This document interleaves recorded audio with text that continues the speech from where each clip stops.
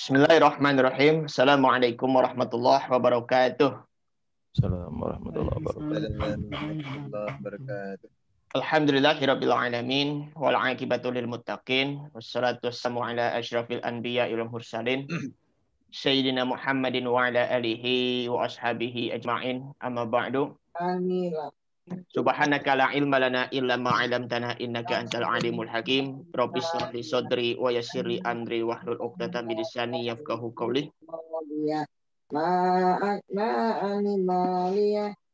Imut dong. Ya, ada ya. Bapak Ibu, mohon semuanya di-mute dulu ya, kecuali Ustadz Helmi Yusuf. A'udzubillahi minasyaitonirrajim. Bismillahirrahmanirrahim. Ila hadratin Nabi Mustafa sallallahu alaihi wasallam wa ala alihi wa azwajihi wa dzurriyyatihi wa qarabatihi ajmain. Suma ila ruhi khususun ta'lifu ilmu mustalah hadis, yakni Fadilatul Syekhul Al-Alamatu Muhammad Ibni Shalihul Utsaimin annallaha yu'lihi darajatihi fil jannah wa yu'idu alaina min barakatihi wa asrarihi wa anwarihi wa ulumihi wa nafahatihi fid dini wad dunya wal akhiratil Fatihah.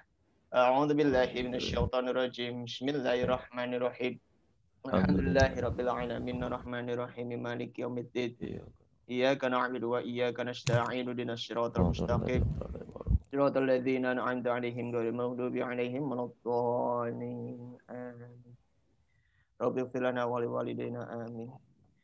Bapak Ibu sekalian yang dimuliakan Allah Subhanahu wa taala, kita puji syukur kehadirat Allah Subhanahu wa taala di mana pada kesempatan siang hari ini kita sudah masuki bulan yang penuh barokah, yaitu bulan Rajab. Dan di mana kita 2 bulan lagi kita akan persiapkan diri, baik itu fisik maupun mental, untuk berpuasa di bulan Ramadan. Ya bagi anak-anak ibu ya, kalau ibu-ibu nggak mungkin ya, anak-anak ibu ataupun keponakan ibu, cucu-cucu ibu yang masih bolong kali puasanya, ya mohon diusahakan untuk berpuasa hutang lah, agar nanti ketika puasa bulan Ramadan nanti tidak ada lagi hutang puasanya. Bapak Ibu semuanya yang dimuliakan Allah Subhanahu wa taala, Allahumma barik lana fi Rajab wa Sya'ban wa ballighna Ramadan. Kita akan melanjutkan kembali, yaitu hadis mauquf ya, hadis yang disandarkan kepada para sahabat. Ma'udifa ila sahabiyyu walam yusbit lahu hukmur raf'u. Ya. Yang disandarkan kepada para sahabat tetapi tidak menetapkan hukumnya dan tidak menetapkan hukumnya, ya, tidak menaiki derajat ya pada hukum. Baik, langsung saja kepada Ustadz Helmi Yusuf, kepadanya beliau kami persilahkan. Bismillahirrahmanirrahim. Assalamualaikum warahmatullahi wabarakatuh. Waalaikumsalam warahmatullahi wabarakatuh. Bismillah walhamdulillah wassalatu wassalamu ala sayyidina Muhammad ibn Abdillah al-qa'im bihuquqillah adada ma fi ilmillah. Salatan daimatan bidawami mulkillah wa ala alihi wa sahbihi ma daqat illa wa farajahullah amma ba'du. Qalu subhanaka la ilma lana illa ma 'allamtana innaka antal alimul hakim. Wala haula wala quwwata illa billahil aliyyil azim. Rabbi shrah li sadri wa yassir li amri wahlul 'uqdatam min lisani yafqahu qawli. Rabbi shrah li sadri wa yassir li amri wahlul 'uqdatam min lisani yafqahu qawli. Rabbi shrah li sadri wa yassir li amri wahlul 'uqdatam min lisani yafqahu qawli. Bi jahi sayyidina Muhammadin sallallahu alaihi wasallam. Para bapak, para ibu, sahabat fillah yang kami hormati, alhamdulillah kita bersyukur pada Allah Subhanahu wa taala, siang hari ini kita bisa kembali tampil atau hadir bersama-sama pada kajian mustalahul hadis. Pengetahuan tentang hadis ini menjadi sangat penting karena ia merupakan bagian daripada hal-hal yang memang harus kita ketahui dan menjadi salah satu sumber hukum dalam agama Islam. Nanti kalau kita belajar tarikh tasyri' ya, bahwa para imam mujtahid itu hampir sepakat bahwa Al-Quran dan Sunnah atau hadis itu adalah sumber hukum yang nggak bisa diganggu gugat ya keberadaannya. Itu sumber utama pada semua mazhab. Nah, permasalahannya seringkali kita ya untuk menetapkan mana hadis yang baik, mana hadis yang sahih dan lain sebagainya, mana hadis yang maudhu, mana hadis yang dhaif. Nah, itu perlu pengetahuan tersendiri terhadap yang demikian itu. Nah, maka kajian ini sedikitnya kita akan memperkenalkan, sekalipun mungkin kita tidak menjadi orang yang paham banget dalam bidang hadis, namun paling tidak kita sudah memiliki informasi awal ya tentang hadis, sehingga sekalipun mungkin kita tidak bisa mengkritik orang kali ya, tapi paling tidak kita sudah pernah mendengar peristilahan hadis ya, ada hadis sahih, ada hadis hasan, ada hadis dhaif, ada hadis mutawatir ya, sampai kemarin kita sudah jelaskan hadis maudhu. Kemarin sekali lagi kita terakhir lagi kita sudah membahas hadis marfu, dan sekarang kita akan masuk ke hadis mauquf. Ini semuanya adalah peristilahan-peristilahan yang memang harus dikuasai oleh ahlul hadis ya, semuanya harus dimiliki. Nah, kita sebagai bagian daripada kaum muslimin yang memang harus bisa berupaya untuk memahami hadis, itu penting rasanya untuk kita mengkaji ilmu hadis ini. Walaupun ya nggak sampai menjadi taraf pandai lah begitu, tapi kita paling tidak pernah mengetahuinya begitu. Kalau saya mengumpamakan belajar itu sama seperti kita tahu tentang obat-obatan. Ya, misalnya kita tahu paracetamol untuk nurunin panas, Bodrek misalnya untuk sakit kepala. Obat tersebut kan kita nggak gunakan setiap hari.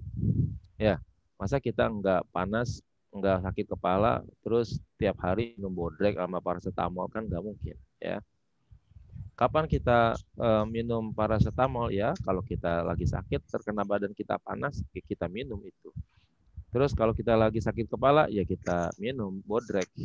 Tapi kalau tidak lagi dibutuhkan, ya Bodrek yang nggak usah kita minum, paracetamol juga kita nggak usah minum gitu.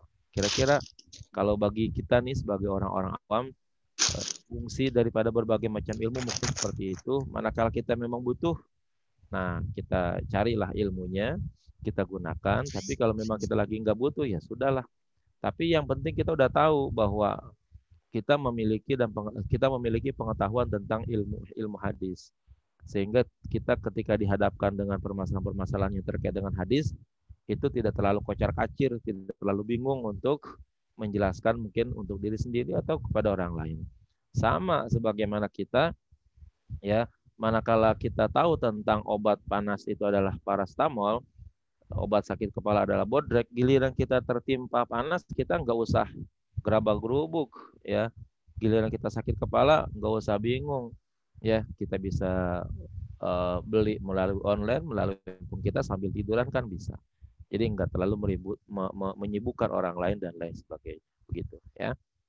Nah, itu kira-kira. Kita langsung saja masuk kepada al-mauquf. Apa itu yang dimaksud dengan hadis al-mauquf? Kalau diambil dari kata asal, waqafa itu artinya berhenti, berdiri ya. Al-mauquf berarti yang dihentikan. Nah, sekarang dalam peristilahan hadis dikatakan di situ dengan definisi ma udhifa ila sahabi wa lam yathbut lahu hukmur raf'i. Ya. Hadis yang disandarkan kepada sahabat dan tidak dapat ditetapkan baginya ya hukum marfu'nya hadis ya. Jadi dapat dipastikan yang berkata itu adalah sahabat. Maka kalau yang berkata adalah sahabat, maka itu berarti hadisnya disebut dengan hadis mauquf namanya ya. Nah, kok kemarin kita berbicara di depan ya dengan definisi hadis itu katanya perkataan, perbuatan, takrir, ketetapan yang disandarkan kepada Rasulullah itu baru disebut dengan hadis. Ya, itu benar secara umum begitu. Ya, dalam peristilahan hadis secara umum yang disebut dengan hadis itu harus bersandar kepada Rasulullah, baik dalam ucapan, perbuatan, ya, dan ketetapan. Tetapi ingat, ya, ketika Rasulullah berkata, siapa yang mendengar? Ya, ketika Rasul berbuat, siapa yang melihat?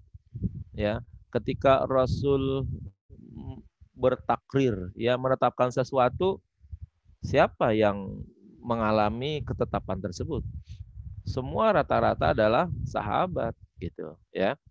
Nah, andai Rasulullah berbicara innamal a'malu binniyat, ya, itu yang dengar Umar bin Khattab, ya berarti kalau begitu hadis yang Rasul bicarakan itu bisa sampai kepada kita itu ya melalui Umar bin Khattab yang paling utama, begitu, ya. Ketika ada sahabat yang pada waktu itu misalnya makan biawak atau makan daging unta begitu, makan daging kuda, Rasulullah disodorkan, lalu Rasulullah dengan berbagai macam alasan bilang, ya, atau diam saja misalnya. Kalau biawak itu Rasul bilang, ini di kampung kami tidak terbiasa makan ini katanya, sehingga Rasulullah tidak makan. Itu daging biawak katanya begitu, ya. Sehingga akhirnya Rasulullah nggak makan, tapi sahabat-sahabat yang lain pada makan terus katanya. Nah, ini kan yang menerima ketetapan Rasulullah kan para sahabat kalau begitu. Nah, berarti kalau begitu ya bisa hadis itu disandarkan kepada sahabat selaku orang ya kedua yang menjadi aktor kalau kita bilang. Ya, kalau dalam film itu kan ada bintang utamanya begitu ya kan. Aktor utamanya Rasulullah. Tapi kan aktor-aktor yang lain ya itu pasti ada. Yang namanya film kalau kita lihat itu kadang-kadang tukang sayur lewat aja penting itu, ya. Tukang sayur lewat aja itu penting untuk ya dimasukkan ke dalam sebuah skenario film. Bahkan kadang-kadang kucing lewat, ayam lewat dan lain sebagainya. Itu di dalam sebuah film penting tuh segitu-gitunya gitu, ya. Padahal mah kucing nggak tahu apa-apa tuh. Mungkin kucing dilepas kali di situ pada waktu film dibikin, ya kan.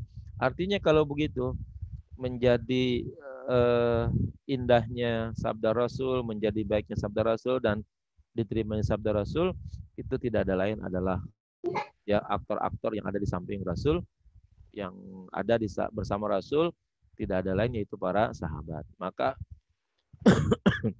Maka apa yang disampaikan oleh sahabat nanti masuk juga dalam kategori hadis. Tapi memang, nah itu ya, kalau yang disampaikan dari Rasulullah nanti tingkat hadisnya namanya tingkat hadis marfu gitu ya. Kemudian kalau hadisnya sampai ke tingkat sahabat maka dinamakanlah hadisnya dinamakan dengan hadis mauquf gitu ya. Good morning everyone. Guys in a good condition. Kita lihat contoh pada footnote 51 ya. Misaluhu contohnya qaul Umar bin Khattab, ucapan Umar bin Khattab, yahdimul islama zallatul alim wajidalul munafiqi bil kitab wa hukmul a'immatil mudillin. Nih, hadis ini yang ngomong Umar ya, Umar bin Khattab. Umar kan sahabat Rasulullah, sahabi namanya kalau begitu. Dia mengatakan yahdimul islama zallatul alim, yang dapat menghancurkan Islam itu adalah zallatul alim, ya, ketergelinciran orang alim. Terus wajidalul munafiq bil kitab, dan perdebatan orang-orang munafik terhadap Al-Quran. Yang ketiga, wa hukmul a'immatil mudillin, dan ketetapan hukum oleh imam-imam yang sesat. Kalau udah ada 3 perkara seperti ini atau salah satunya, maka bisa jadi Islam akan hancur, ya.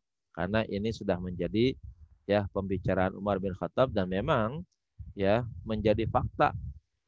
Ya, zallatul alim itu artinya apa? Orang alim tergelincir. Berarti kalau begitu ada orang alim, ya seharusnya ia melakukan tindakan-tindakan yang baik dan tindakan-tindakan yang benar, atau memutuskan sesuatu yang baik dan sesuatu yang benar, tetapi ia malah melakukan tindakan yang salah. Ia menetapkan sesuatu yang salah, ya. Nah, kesalahannya itu kan kalau orang alim yang berbicara bisa jadi didengarkan oleh muridnya, bisa jadi didengarkan oleh umatnya, begitu. Nah, ketika umatnya mendukung, ya muridnya mendukung terhadap tindakan yang salah tersebut, nah itulah akhirnya terjadilah ya kesalahan yang terus menyebar kepada ya semua umat Islam. Wabil khusus paling tidak murid-murid daripada orang alim tersebut. Nah itu. Kemudian yang kedua, jidalul munafik bil kitab. Orang munafik, orang yang sesungguhnya bukan orang Islam. Mungkin ia mempelajari Islam tapi untuk menghancurkan Islam, ya. Ia berdebat menggunakan kitab, menggunakan Al-Qur'an. Nah, Al-Qur'an digunakan sebagai alat untuk berdebat, untuk kemudian akhirnya ia menghancurkan Islam itu sendiri. Ya. Kita tahu kasus ya Snokhogronya Abdus Samad, ya namanya Abdus Samad beliau itu. Ketika Aceh belum kedapatan atau kedatangan Abdus Samad ini atau Snokhogronya, itu yang namanya perang, salah satu yang tidak pernah bisa dikalahkan oleh Belanda itu adalah wilayah Aceh. Karena semangat jihad dari para alim ulama ya itu menjadi pembakar semangat bagi rakyat, ya.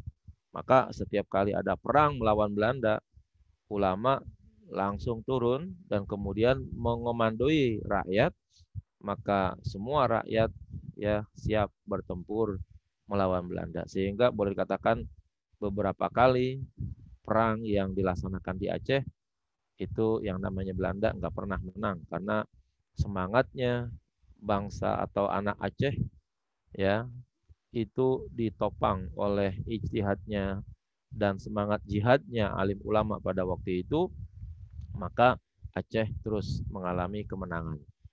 Nah, ketika Snokhogronya mulai datang, dia menggunakan ilmu tasawuf sebagai alat untuk merontokkan Islam itu pudar.